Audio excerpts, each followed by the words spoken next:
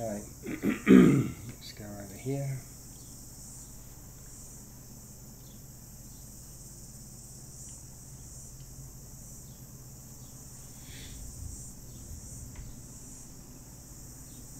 Alright, let's check the stream is going. And this is going to be my last one for today. I will not be doing any more after this. This has been a mammoth effort, but I do actually feel like I achieved a lot. Okay, so let's pop out the chat.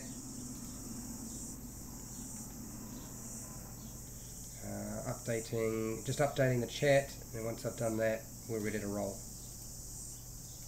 And then minimize back here so I can see the change. Go into OBS. Here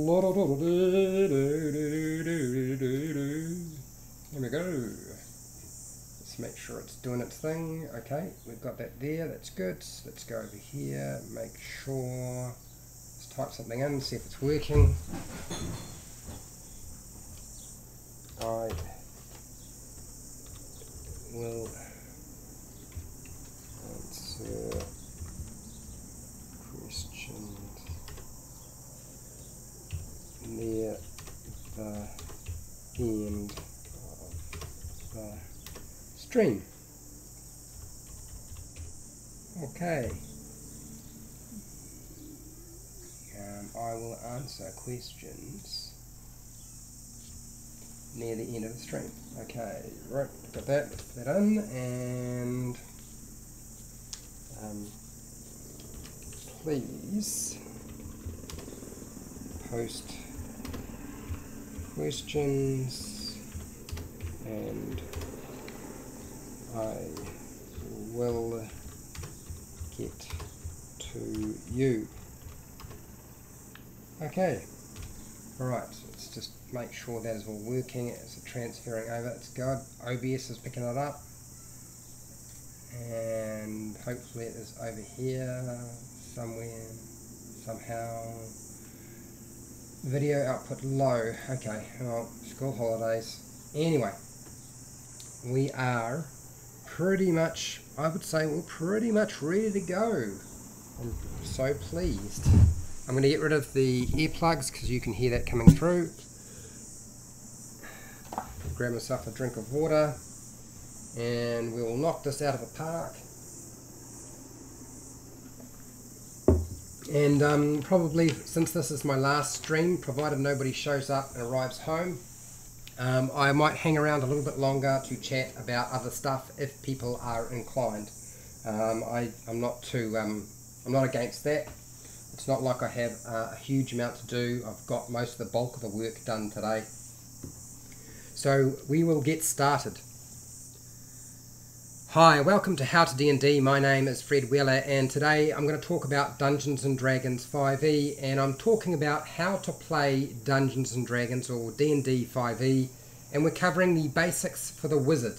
So ritual casting for a wizard is very different to ritual casting for other classes. And I'm going to be using the wizard pre-made character sheet from the D&D or Dungeons & Dragons 5e starter set. I will also be using additional information from selected locations throughout the player's handbook. But the bulk of the information that I'm going to present to you is on page 114 of the player's handbook, where it details the wizard's ritual casting feature. So I'm going to read this out to you, break it down, and then I'm going to give you my thoughts on it. You can cast a wizard spell as a ritual if the spell has the ritual tag and you have the spell in your spell book. So there are two requirements. One, the spell has to be listed and tagged as a ritual spell, and not all spells are rituals. So usually that's in brackets beside the description. And you also have to have it written in your spell book. In other words, you need to know the spell. You can't just do it just because you feel like doing it. You must collect that spell either from another spell book or from a scroll, or learn it as you level up. That's the only way to make that work. Now this is the really awesome factor about the ritual spell for a wizard, and that is you don't have to have the spell prepared to cast the spell as a ritual. You do not need to prepare it. So when it comes to ritual spells, I would advise you not to prepare those. Leave them unprepared because you don't need to, and use the other spells. You know, you've only got so many spells you can prepare, so utilize the other spells in your spell book and prepare those because you might need them. And most of the ritual spells that a wizard has access to are not combat related. They are utility spells. And I'm going to go through a few of them right now, but the only ritual spell that you have access to on this level 1 wizard character sheet is Detect Magic. That is it. There's nothing else there. There aren't a huge number of ritual spells for a wizard, but the wizard actually gets more ritual spells than anybody else. Now, Alarm, which allows you to put up a spell around your campsite or a location that will make a noise or signal to you if somebody steps into that location or crosses its boundary. It's a ritual, and I would stick to not preparing that spell.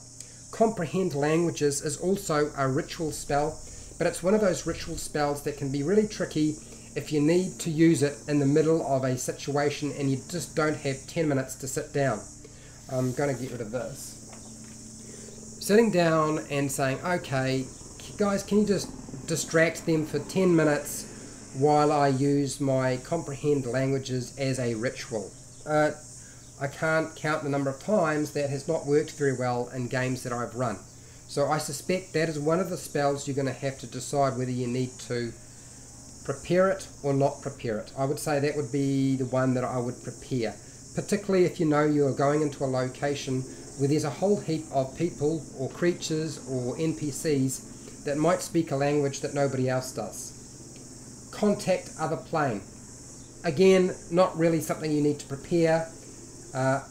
Draumagee's instant summonings. Find familiar. None of these you need to actually prepare. Feign death. These are all ritual spells that a wizard has access to. Gentle repose, so you can stop a body from rotting. Identify, trying to identify a magical effect or figure out if something is a magical item. Those are things that are rituals. Illusionary script. Lehman's Tiny Hut. Now, Lehman's Tiny Hut I've used many times, and I wouldn't prepare it. I would make sure you leave it off your list of prepared and just cast it as a ritual, because usually you'll be doing that outside of combat.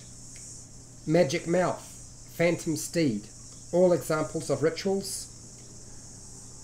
Raise Telepathic Bond, Tensor's Floating Disc, really helpful for carrying large, heavier loads, and you don't need to prepare that. Unseen Servant. I would say this is probably one of those that it's a mixed bag. You could go either way. Water breathing.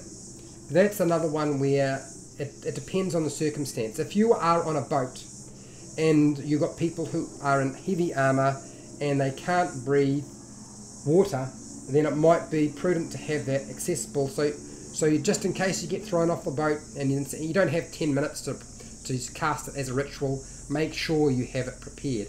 Those are the only spells that I know of in the player's handbook that are rituals that a wizard can use. And our little wizard here needs 10 minutes, so make sure you're in a place that's safe and secure, and make sure your party members watch your back while you're doing this, so you don't wind up getting into trouble. That is the gist of ritual casting. No other class gets this feature in this particular way. And that's why I find the wizard it always draws me, because it's so versatile, it's so flexible, it's got so many options, but it is extremely complicated, so you do have to do your homework when you're actually using a wizard.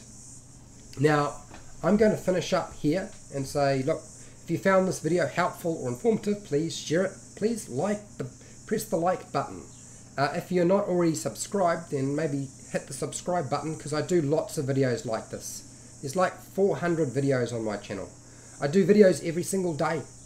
And if you want occasional notifications, hit the bell button underneath the video and you will get occasional notifications about all sorts of things, but primarily playing the game for players and dungeon masters.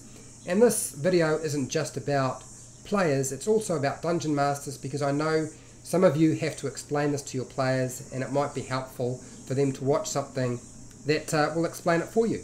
And I am hopefully providing you with that very service. Now, if you want to support my channel, watching my videos is great, but it's only a small amount of ad revenue.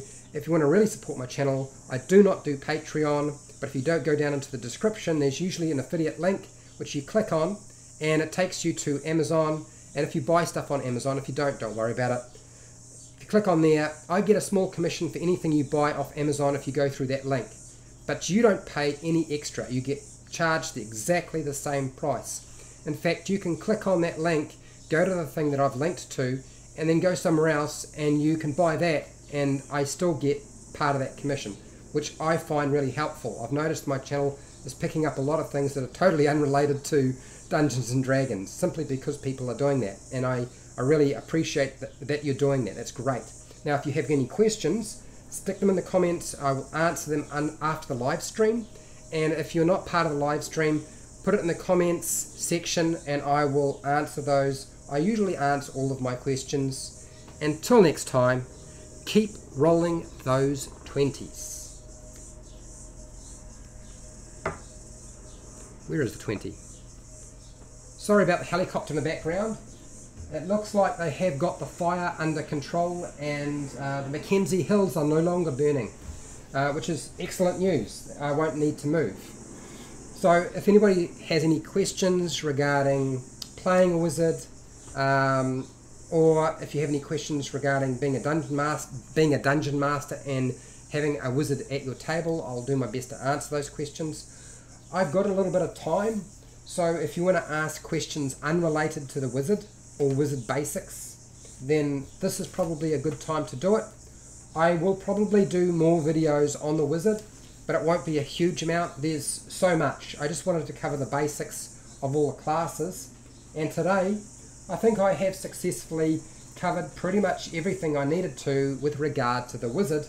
I would say the only other things I need to cover are going through all the different schools of magic that you can select as a wizard would take a phenomenal amount of time, and that's probably not going to happen anytime soon.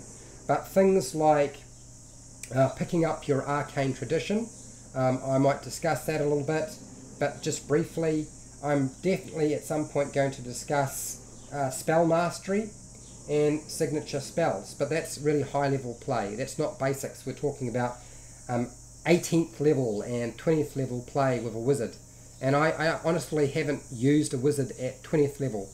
I'm not even sure I've seen a wizard at 20th level at my table as a dungeon master. I've seen other classes, but certainly not a wizard. Most people seem to multi-class their characters, I find, and by the time they get to 20th level, they've got a mixed bag of all sorts of things.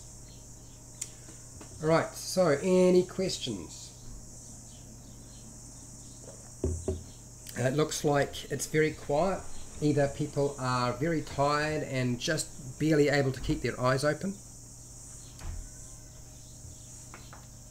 Okay, oh well, there's no questions, so I am going to head off, and thank you to everybody who hung around and listened to my stuff. And we'll see you next time. And all of the stuff that I've been doing through the day will eventually get posted. I just need time to do that.